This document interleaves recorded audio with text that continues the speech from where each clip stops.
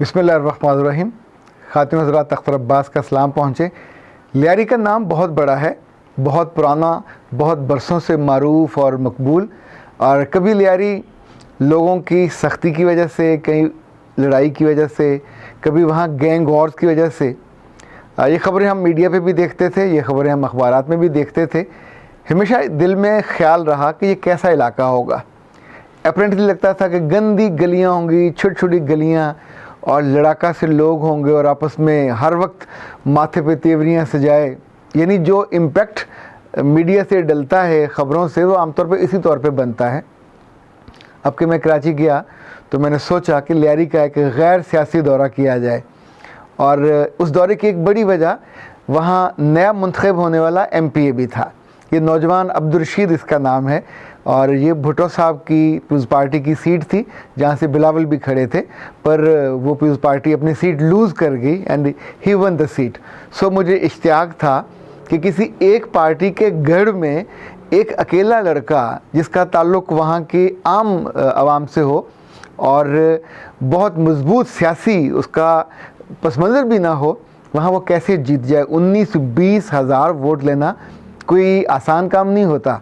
कुछ तो उसके अंदर ऐसा जादू होगा जो उसने लोगों के दिलों को जीता होगा। उसने कुछ तो ऐसा क्रिज्मा दिखाया होगा कि बिहारी कम्युनिटी और वहाँ के जो लियारी में दूसरे रहने वाले लोग हैं, जो बहुत जज्बाती और ज़ाहिर अपने लीडरों से जुड़े हुए होते हैं। तो कई सवाल थे जो मेरे जहन में थे, पर एक आदत जो हमेशा से है होमवर्क करने की, तो सोचा पहले होमवर्क किया जाए कि जब से ये MPA बना है इसकी कारकर्दगी कैसी है।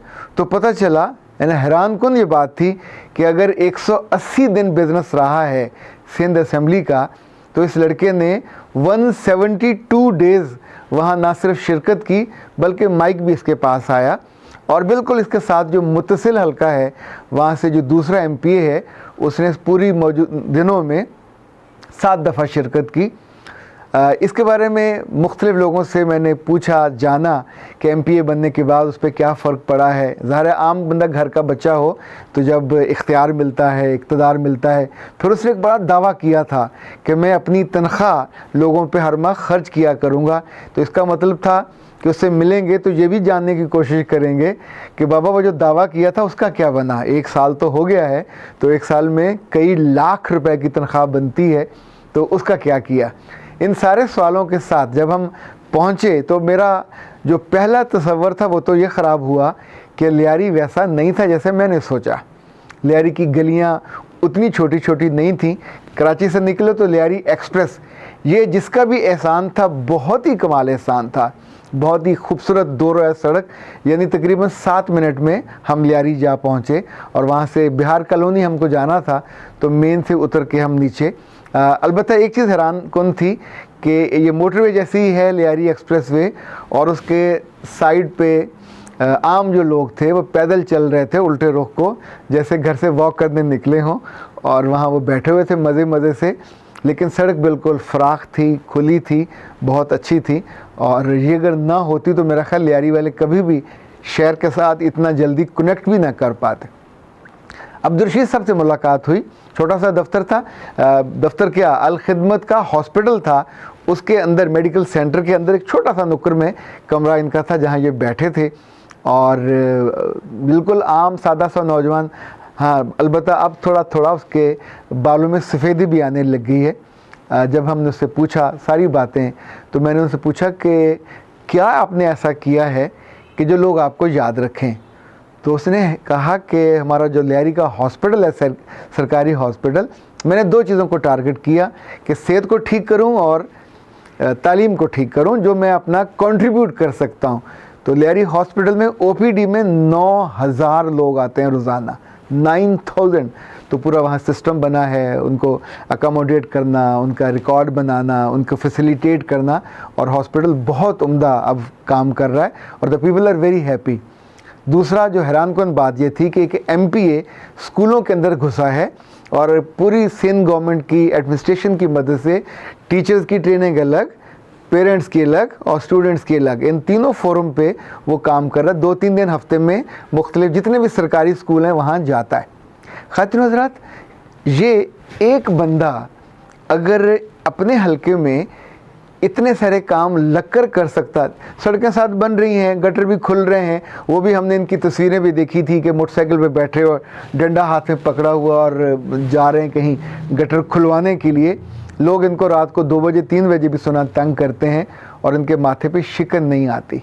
ये जो खिदमत का एक दाइया होता है किसी इंसान के अंदर, मुझे अब्दुल से मिलकर ये लगा कि जिस इंसान के अंदर भी उम्र के किसी भी हिस्से में हो, वो चाहे बिल्कुल एलियन में हो या अपने लोगों में हो, लोग खिदमत को मानते हैं, लोग मोहब्बत को मानते हैं, लोग अमल को मानते हैं।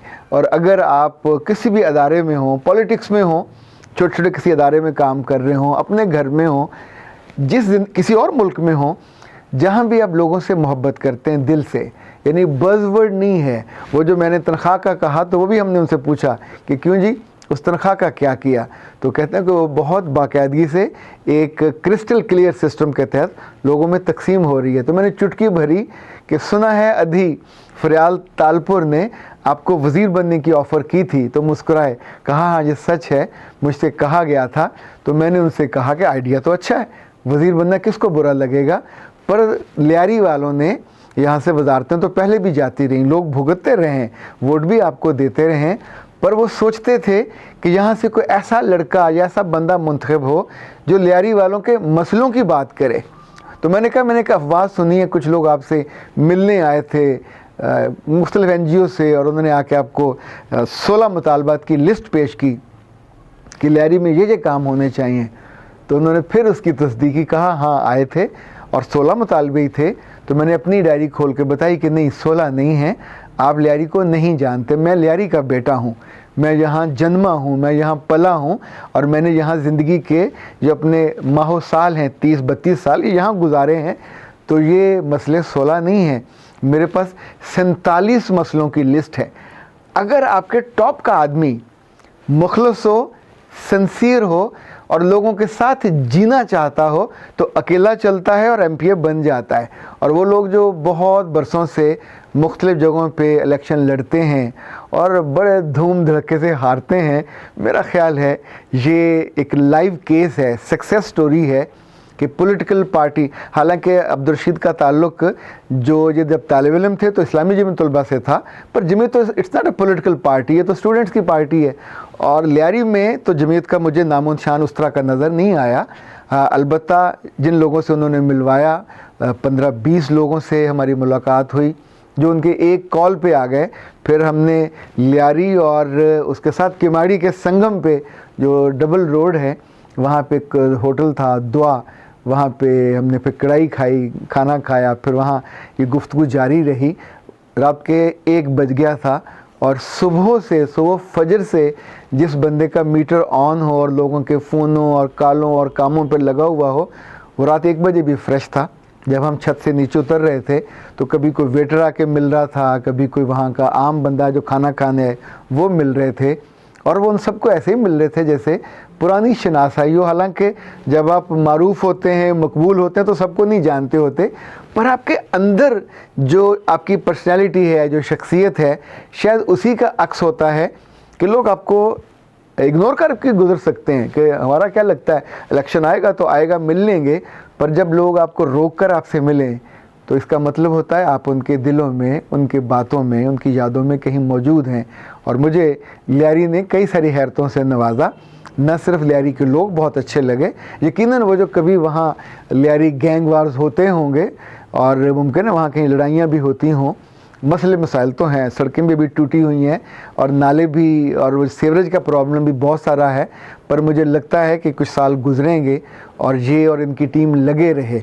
जहाँ जहाँ भी मसले होते हैं, मसले बढ़ते हैं, पर एफ़र्ट बढ़ा दी जाए तो उनको हल भी किया जा सकता है। एक अकेले घर से, गुर्बत वाले घर से, या बिल्कुल एक आम घर से उठ के अगर कोई अपनी खिदमत को मनवा ले, अगर कोई अपनी मोहब्बत को मनवा ले, तो फिर वो लोगों के सरों का ताज भी बनता है, लियारी का नया शहज़ादा भी बनता है। उसे अभी भी किंग तो नहीं कह सकते, किंग बनने में भी कुछ वक्त लगेगा, पर अगर ये इसी तौर पे काम करते रहे तो मेरा ख्याल वो लोग जो अभी भी इनके साथ नहीं हैं वो भी इनके साथ होंगे। वहाँ इनकी टीम में मैंने एक साबिक MPA बलोच साहब को भी देखा और वो अब इनके मावन के तौर पे काम करते हैं। इनसे बड़ी उम्र के लोग भी थे, इनसे छोटी उम्र के लोग भी थे, पर मुअद्दब इतने थे एहतराम से, और जो एक जिसे कहते हैं ना कि जुड़ा हुआ होना, दैट वाज अमेजिंग कि लोग किसी के साथ ऐसे जुड़े हों बग़ैर तनख्वाह के और बग़ैर किसी शायद दुनियावी उसके ऑब्जेक्टिव के, सिर्फ सिंसेरिटी की बुनियाद पे या अपने रब को खुश करने की बुनियाद पे। दोनों चीज़ें बड़ी शानदार होती हैं। अब्दुल रशीद साहब, आपसे दोबारा मुलाकात आई डोंट नो कभी हो ना हो, पर आपकी वजह से लियारी का ये नया तारफ़ मुझे बहुत अच्छा लगा। आप खुश रहिए और बहुत सारे लोगों के लिए इंस्पिरेशन बनिए, कभी थकिएगा मत और लोगों को कभी नज़रअंदाज भी मत कीजिए। जो ख्वाब आपकी आंखों में हैं, सेहत के और तालीम के और सड़कों के और इन प्यारे और गैर प्यारे बच्चों और बड़ों की नौकरियों के और इनके ज़िंदगी को बेहतर बनाने के, इनको हमेशा अपनी आंखों में वो जगमगाते तारों की तरह रखिएगा। तो आई बिलीव कि लोग भी आपको कभी भूलेंगे नहीं। खातिन हज़रात, अख्तर अब्बास को इजाज़त दीजिए।